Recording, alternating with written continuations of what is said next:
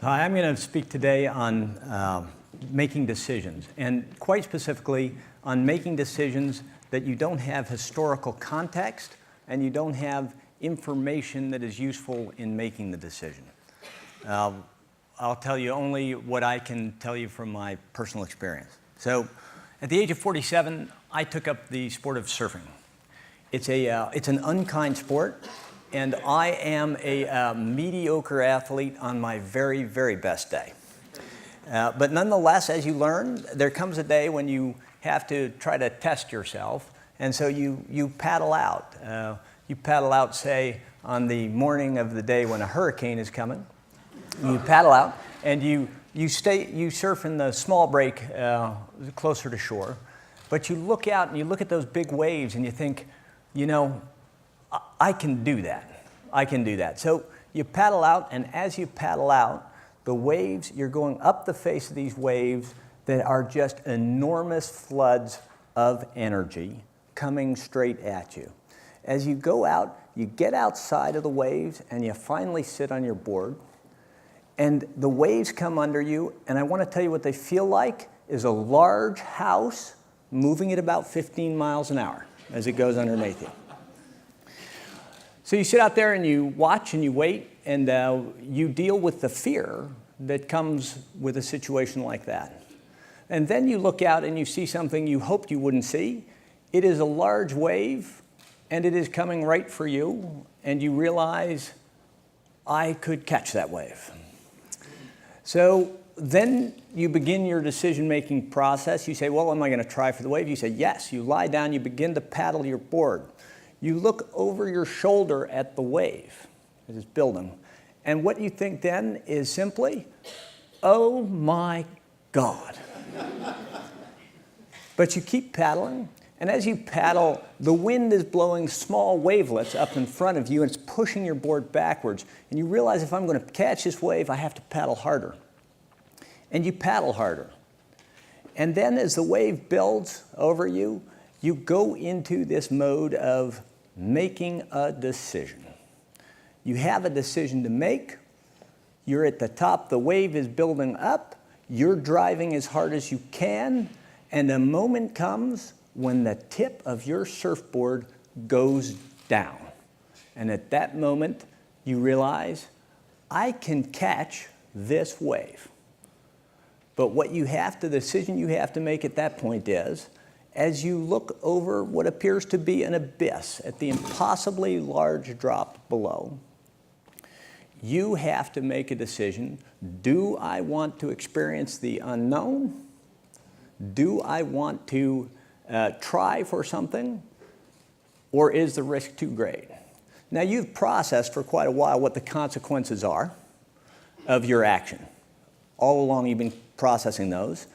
Now you sort of go into a little bit of overdrive on that processing, and you're thinking the consequences, and fear enters very much into the decision-making process. But then something magical happens as you take that next drive with your arm. Your body helps you. Your mind becomes entirely clear of everything. There is only one thing out there. It is you and that one single wave. And at that moment, you look over, and you decide to stand up, to experience something you've never experienced before, to take that risk, or you decide not to.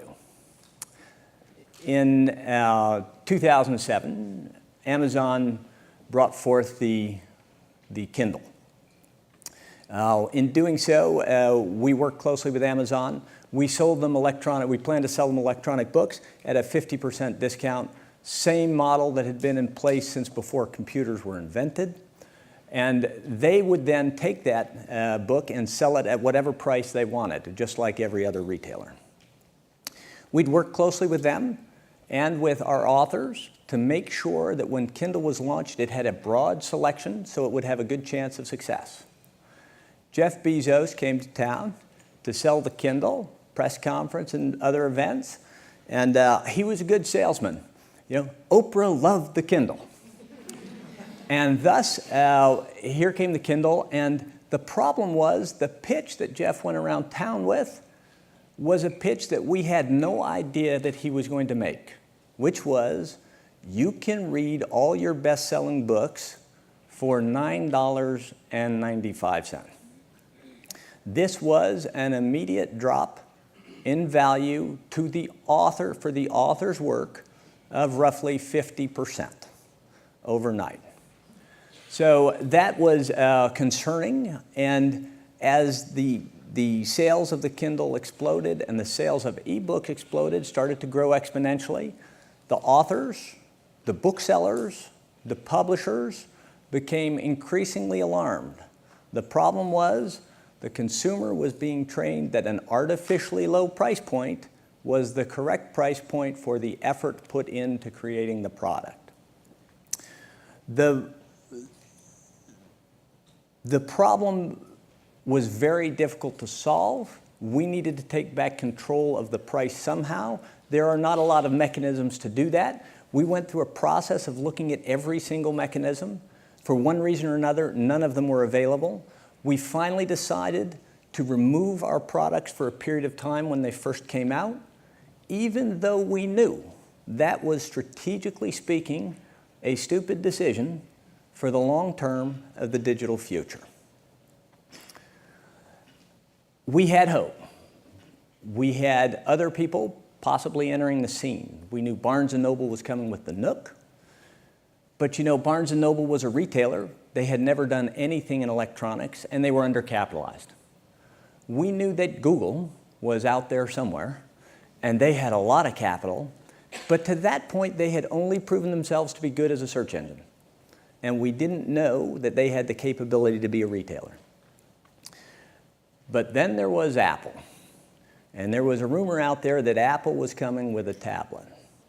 So I contacted Apple, and I said, you know, what's your plan? And he said, well, I can't tell you that. I said, well, who can I talk to? And he said, you can talk to Eddie Q. And I said, what's his phone number? And he said, no, you don't understand. If Eddie Q wants to talk to you, he'll call you. So this was discouraging, but I quickly Googled Eddie Q, and I found out that the #1 entry that came up was from a blogger who had described Eddie Q's new job description at Apple as the God Emperor of Awesomeness. So, this was exciting stuff.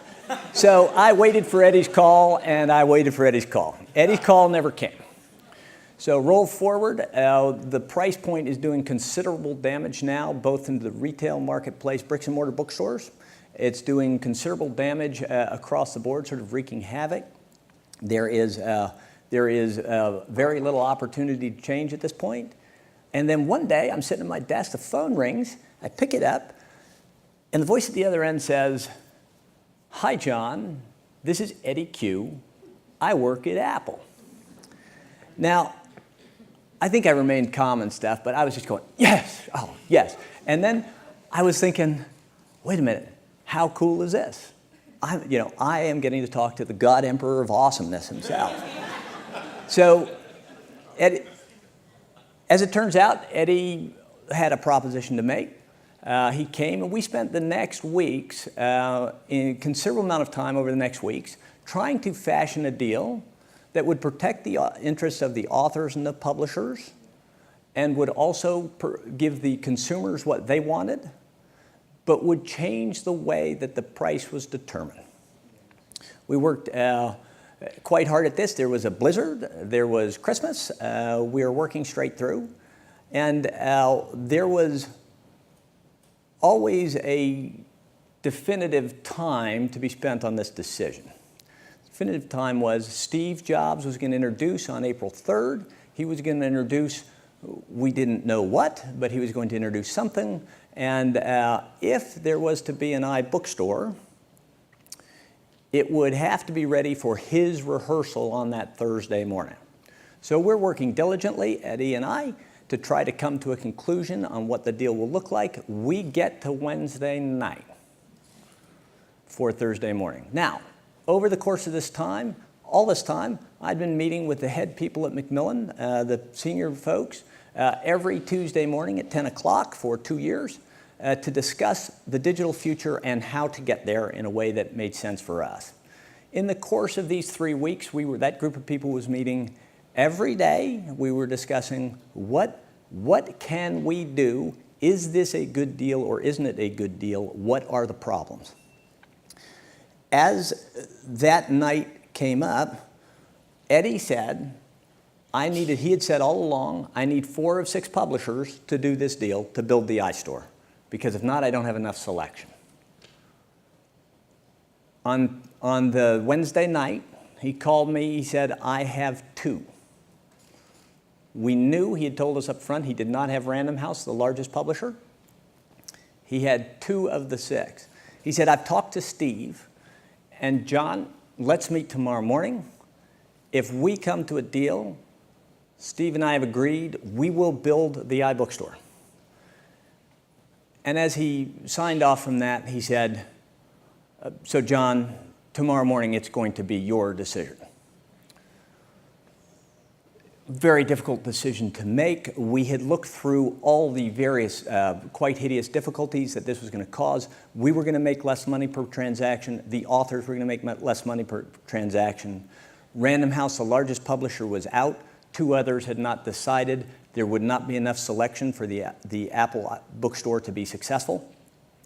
We feared greatly Amazon's reaction to this change in the business model. So how do you make the decision? Spent some time thinking about that and came to the conclusion I make my best decisions, I do my best thinking at 2 times. One is in the shower, and the other time is when I have a steady state of exercise and an enhanced heart rate. I didn't want to look like a prune all day, so I said, I'm going to make the decision on the exercise bike. So very early in the morning, I get on the exercise bike. I think, how do you make this decision? I thought, I've looked at the consequences. I understand the consequences. I have looked at all these suggestions from all these people. I have heard every argument. I said, it is time at this point to put all that away and think only at the highest level, is this a good decision or isn't it? The decision came very quickly, came about after, I would say, less than a minute. 1 minute later, I thought, the 2 guys who have said yes are right. Random House and the 2 guys sitting on the fence are wrong. This is a decision we should make. Push the point of that board down and, for God's sake, stand up. So I offer you this at the end. When you make a decision that is critically important, perhaps industry-wide important, and you have no information, you have no historical context, first you should consider all the consequences as best you can and all the facts as best you can.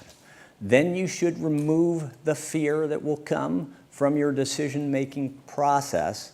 It's important to be there, but you can't let it decide for you. Then remove as much of the clutter as you can from your mind. Find the place where you, mind and body, can make your best decision and decide on the highest level, not on the detail, but on the highest level. I'm a book publisher, so I'll end with a short quote from an author and a great thinker on mindfulness. John Cabot. So John Cabot-Nin, who said, the waves will come. You can't stop the waves, but you can learn to surf. Thank you very much.